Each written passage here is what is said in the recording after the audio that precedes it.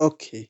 Daawwattoota keenya koodiiwwan icciitii dhokatanii jiraatan kan bilbila keenyaaf dirqama nuti beekuu qabnu kutaa sadaffaadhaan walitti deebinee jirra.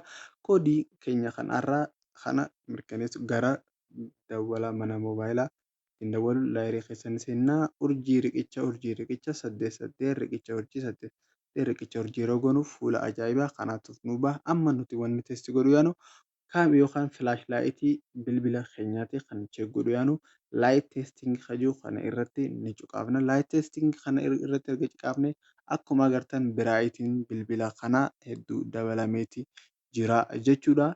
Close okay filaash laayit hajuu kun immoo filaayitii kan gama duubaa kana teesting godhu yaanaa jechuudha. Kunoo amma yeroon irratti cuqu ifee jira jechuudha. Akkasumas open nun jedhee jira.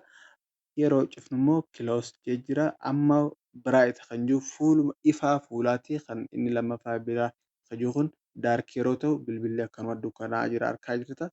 Gizee laayit irratti hidhu bilbila keenya ifa kan dabalatu jechuudha. Kanaaf ifaan bilbila kanaa rakkoo hin qabu jechuudha. San booda teestii keenya paas kan jiru irratti ni cuqaafna.